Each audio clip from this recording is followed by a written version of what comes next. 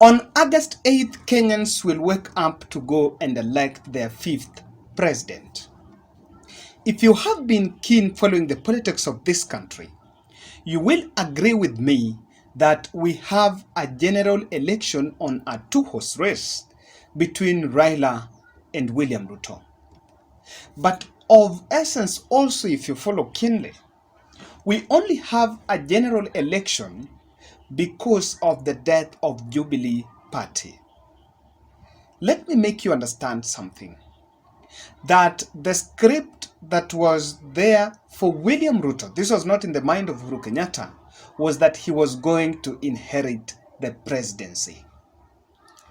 If William Ruto and Uhuru Kenyatta were going to hold into their working relationship, and also the Jubilee Party going forward to support the Deputy President William Ruto, then I can tell you we will not have a very competitive election, but it would be an inheritance affair. I also want to believe that I think even Raila Odinga would have shelved his presidential ambitions because the dynamics would have remained the same. He would still be together with the NASA team who would have pushed for him to support them. Then he would have no option either to support them or quit the race. That is how interestingly. Now on Sundays, I read columns, and I spend better part of my airtime with the newspaper. There is an article that was published by Makau Mutua, who is the spokesperson of Raila Odinga's presidential board, and he mentioned something about the call for the village parties by Deputy President William Ruto. After the spoiled party by the death of Jubilee Party, it led to emergence of other small parties that had formed the Jubilee coalition, especially from central Kenya and other parts of the country. And these small parties really gave William Ruto a run for his money. And that is why he now felt like even when he's forming the UDA, he wanted each and every small party that was going to join to fold those parties and join the one big party, United Democratic Alliance. But due to the lessons of Jubilee, people were adamant to do that.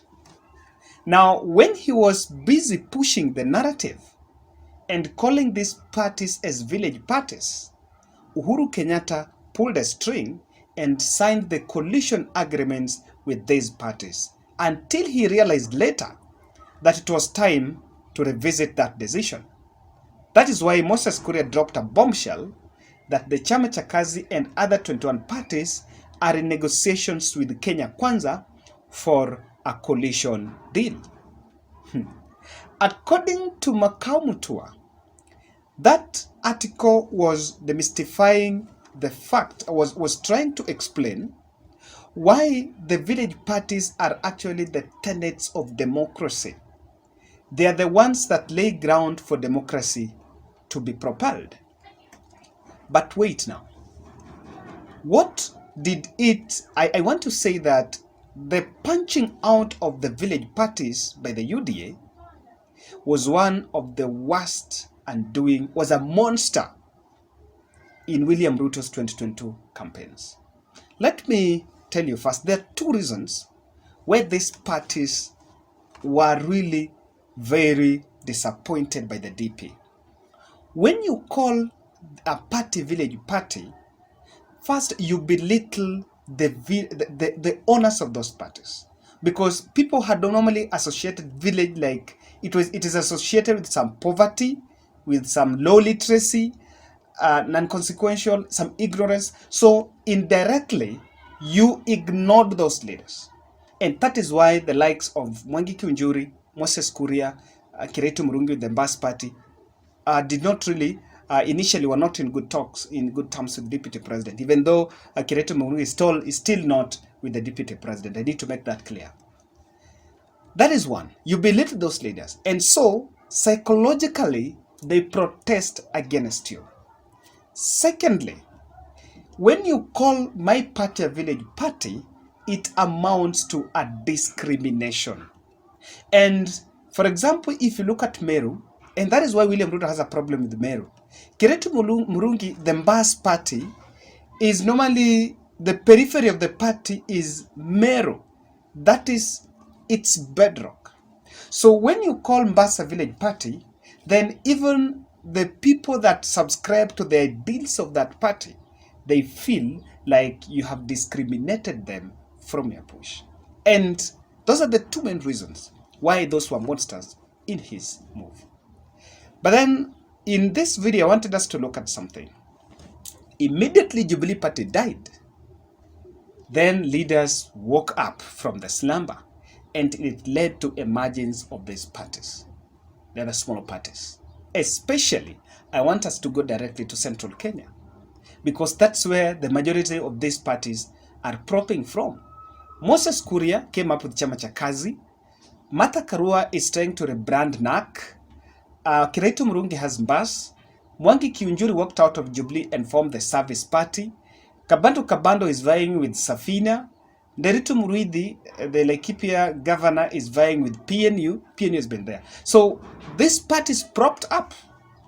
Now let me tell you my 5 points why William Ruto got disgruntled by emergence of these parties. But just before we do that, if you're watching this video and you've not yet subscribed, kindly check your subscription button and subscribe and click the notification bell. Then I want you to watch this video. This is when he was actually, Deputy President was confessing in UK Chatham House, where he was giving a speech, that he was the most disappointed by the death of Jubilee. Let's listen to this first before we move to my points. The biggest loser when it came to the collapse of Jubilee. I had invested, the same way I see that passion in you, I had invested a lot of emotion, a lot of effort in building the Jubilee Party. Unfortunately, we tried. The members of my team who are sitting here, who are members of Jubilee, know that I was the last person to accept that we move out of Jubilee. I was the last person. They are here, they are seated in this table. I was the last person. Everybody else had come to the conclusion that Jubilee cannot be saved. We have to get out because this Jubilee has been taken hostage by people who did not want us to have a platform to be able to prosecute a national agenda. And when there was no option, we left. But the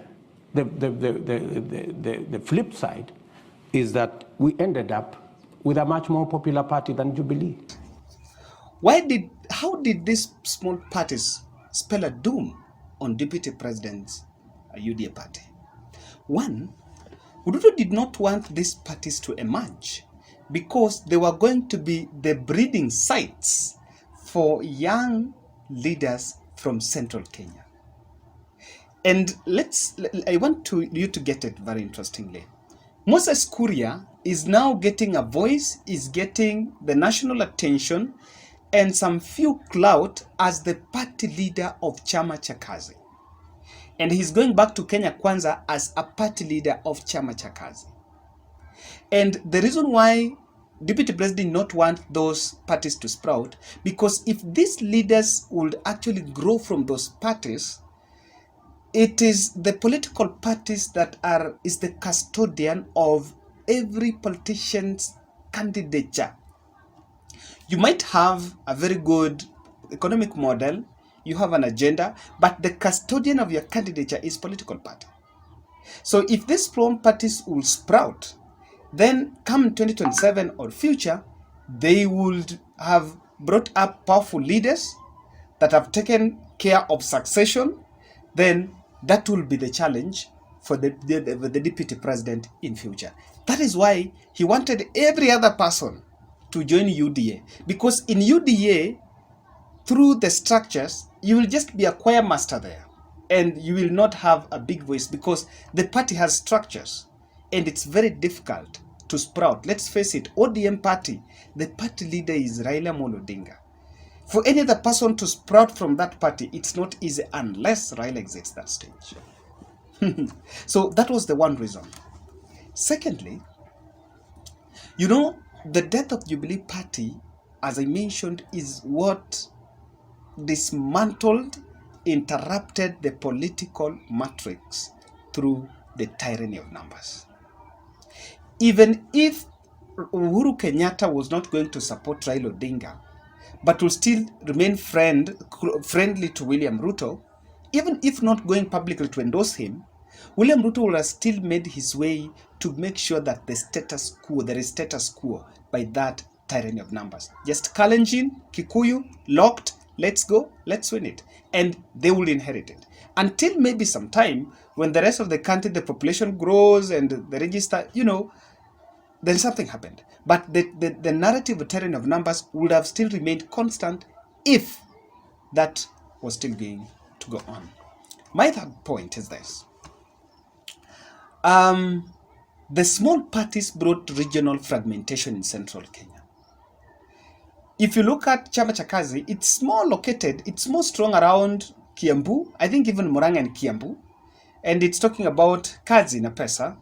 If you look at Mbazi, it's talking about the development, and it's more in Nyeri, more in Meru. If you look at NAK, I don't think NAK is strong. If you look at PNU, is more of Nyeri Laikipia, then TSP is Laikipia. Now, these parties have different ideals, and if you see the way they have been formed, they're formed to specific locations. He was going to lack the unity of purpose in central Kenya, because his idea was, after dislodging Uhuru Kenyatta as the kingpin, he would then take charge, then coalesce that community around his candidature. But with these parties, it actually brought the divisions. That is why there is the politics of Nyeri, Murang'a, Kiambu, Embu, Meru, that regional fragmentation. Then I also feel like he was opposed to the emergence of the village parties because they would hold him accountable to the pledge for the central Kenya community. In short, it will be the opposition. It will be the opposition within the Kenya Kwanza, within the UDA party. If you would have formed Kenya Kwanza, these parties folding and joining there, now with these parties outside emerging there in their own spaces, when he forms, if he forms the government, these parties that are from central Kenya, they ideally propagate, they ideally stand for what central Kenya, the interest of the central Kenya. So with this party still strong in those areas, they will always put William Ruto on check. You promised something on the T aspect. What have you done? You promised something on the business environment. What have you done? And of course, there is no government that wants an opposition. There is no government that really wants opposition. Lastly, I think it was just to settle the political scores. UDA was formed to settle the political scores, and that's why if you follow the Chatham House session, he was saying that in fact he formed a party that is now more popular than Jubilee Party, which to me I still don't think that UDA can still match the Jubilee popularity by then, not now. But he mentioned that. So also that was just meant to form, just for settling political scores with Jubilee, because he felt like he's been pushed away and he really belonged to that party. So that is why William Ruto was disgruntled by the issue of the small parties. So lastly, let me debunk a very narrative that I really find very, I don't appreciate. William Ruto is blaming government for having worked with ODM, and then government lacked opposition. There is no party that could now offer the checks and balances. So according to him, Jubilee, ODM joined, and there was no opposition. And to him, that is attributing that to some of the setbacks or some of the letdowns that Jubilee, the footloose that Jubilee had in the second term, because there was no opposition. And when I listen to him talking, I think then he's crying more of an opposition, then he should just work hard so that after August 8th general election, he offers an opposition to the government. And before he knows, unknowingly, he's pushing himself to that opposition. Because if you are crying, himself, he wants all, it is very ironical that he wants all the small parties to fold and join with the UDA without those parties remaining on their own. But at the same time, he's crying out that the government is going to lack opposition. So if all these parties join Kenya Kwanza, who is going to offer opposition? Because these parties have to remain themselves, give a run for the general election, let the democracy prevail. Then the second runner-up, or the parties, these are the parties that were anti the ruling coalition, forms the opposition. But if you want to bungle all these parties in UDA, but you go and broad and start crying out that the country lacked opposition, what do you think? I felt that that narrative is not selling. Guess that's my analysis. Why William Ruto is disgruntled by the emergence of the village parties.